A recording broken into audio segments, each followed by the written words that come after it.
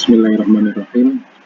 Assalamualaikum warahmatullahi wabarakatuh. Alhamdulillahirrahmanirrahim. Wassalatu wassalamu ala asyrafil anbiya'i wal mursalin Sayyidina Maulana Muhammadin wa ala alihi wa ashabihi ajma'in amma ba'du.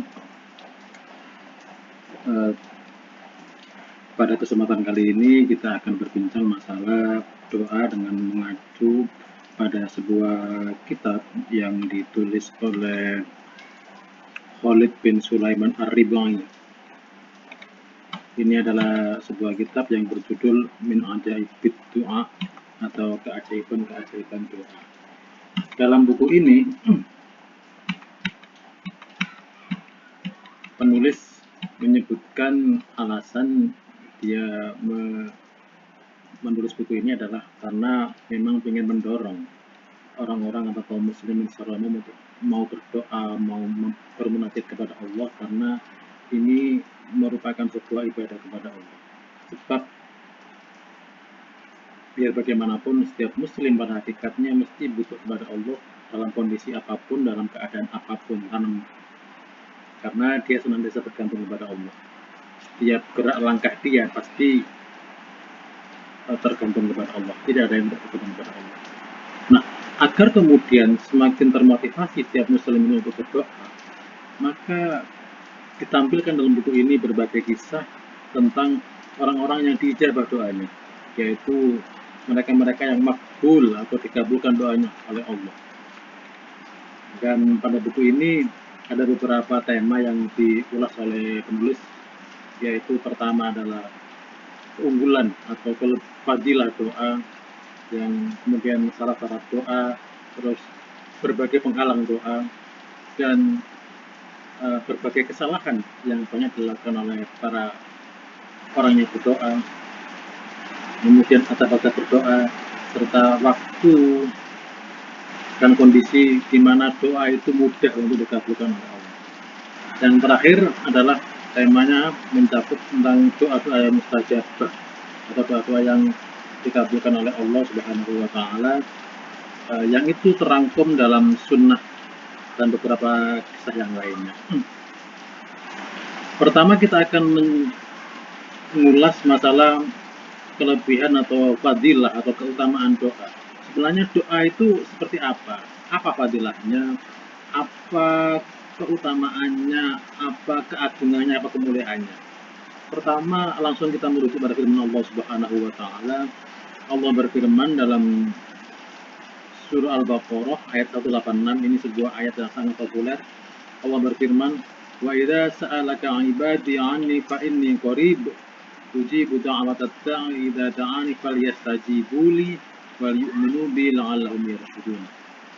Jika hambaku bertanya wahai Muhammad tentang diriku, maka katakanlah bahwa aku sangat dekat. Aku akan mengabulkan doa orang yang berdoa ketika dia berdoa kepada aku. Dan hendaknya mereka memenuhi panggilanku dan beriman kepadaku agar mereka mendapatkan petunjuk. Ini sebuah ayat yang sangat populer yang berbicara tentang fadilah doa, di mana Allah di situ menegaskan bahwa Dia adalah Zat atau Tuhan yang sangat dekat dengan hambanya, yang sangat akrab dengan hambanya, di mana ketika seorang hamba itu berdoa maka kemudian Allah akan mengabulkan. Ini ada jaminan dari Allah, janji dari Allah. Tak cukup dengan satu ayat. Pada ayat kedua Allah juga berfirman, "Wa qala rabbukum ud'uni astajib lakum." Tuhanmu berkata, wahai Muhammad, Tuhanmu berkata, "Ud'uni, berdoalah kepadaku, astajib lakum, niscaya aku kabulkan doa kalian." Surah Ghafir ayat 60. Allah juga berfirman, "Ud'u rabbakum tadarru'an wa khufyah." Berdoalah kepada Allah dengan penuh ketundukan dan suara yang lemah, suara yang lirih. Sesungguhnya Dia tidak menyukai orang yang berlebih-lebihan. Dan jangan wala tufsidu fil ardi ba'da islahiha wad'uhu khawfan wa tama'a. Inna rahmatallahi qaribun minal muhsinin. Dan janganlah kalian berbuat kerusakan di muka bumi setelah baiknya bumi itu, dan berdoalah kepada Allah dengan penuh harap dan penuh takut. Sesungguhnya rahmat Allah, karunia Allah dekat sekali dengan orang-orang yang baik. surah Al-A'raf ayat 55 sampai 56. Dua.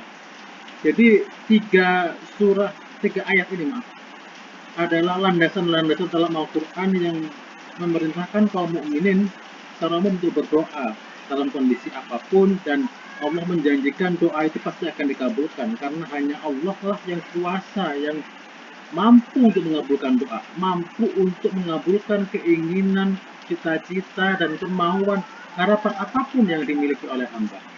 Itulah janji Allah. Dan yang pasti, Allah tidak pernah melanggar janjinya, tidak pernah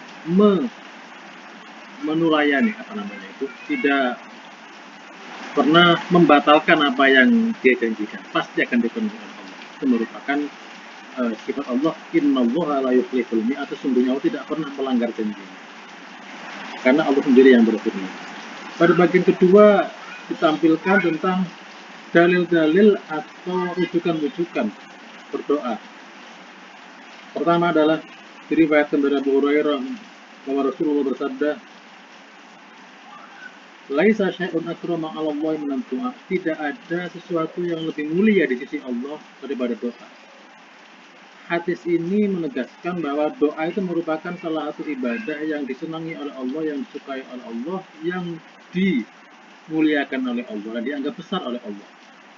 Walaupun kelihatannya remeh, hanya meminta kepada Allah. Akan tetapi memang karena meminta itu merupakan sifat makhluk, sebab makhluk itu tidak mampu, maka dia meminta kepada Allah, dan Allah itu suka untuk diminta. Karena Allah adalah zat yang maha menguasai segala sesuatu.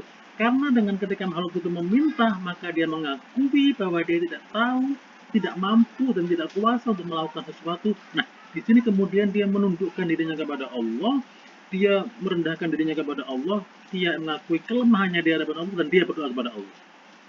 Umpama kemudian dia mengharapkan bisa selamat perjalanan dari satu titik ke titik yang lainnya, dari Surabaya ke Jakarta umpamanya, maka kemudian di situ dia berdoa, ya Allah, berikan aku keselamatan dalam perjalanan dari sini ke sana.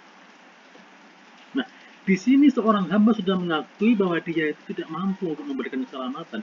Dia tidak bisa untuk selamat. Oleh karena itu dia dengan penuh ketundukan, dengan penuh kerendahan diri, kerendahan hati, dan penuh percaya kepada Allah, maka kemudian dia meminta kepada Allah, ya Allah, berikan keselamatan. Karena saya tidak mampu untuk memberikan keselamatan. Hanya Engkau yang kuasa memberikan keselamatan. Karena itu Allah sangat menghargai hamba-hamba yang seperti ini, yang mau berdoa, yang memohon kepada Allah. Oleh karena itu di sini disebutkan tidak ada sesuatu yang lebih mulia di sisi Allah daripada doa. Sebuah hadis yang diriwayatkan oleh Imam At-Tirmidzi, Ibnu Majah, dan Al-Hakim, dan disahihkan oleh Imam Al-Hakim. Dan kemudian hadis yang lainnya diriwayatkan dari Abu Hurairah radhiyallahu anhu, qala Rasulullah sallallahu alaihi wasallam, "Man lam yas'alillah yaghdabu alaihi." Barang siapa yang tidak pernah meminta kepada Allah, maka Allah murka kepadanya. Allah marah kepadanya. Ini malah aneh. Kalau biasanya itu orang itu dimintai orang lain sekali itu ya, Pak minta beras umpamanya, dia itu senang, yes nggak apa-apa sih itu kan. 2 kali minta lagi, dia sudah agak cemberut, dia dikasih tadi. 3 kali minta lagi, maka dia akan marah, kamu kok minta terus gitu. Ini Allah itu beda.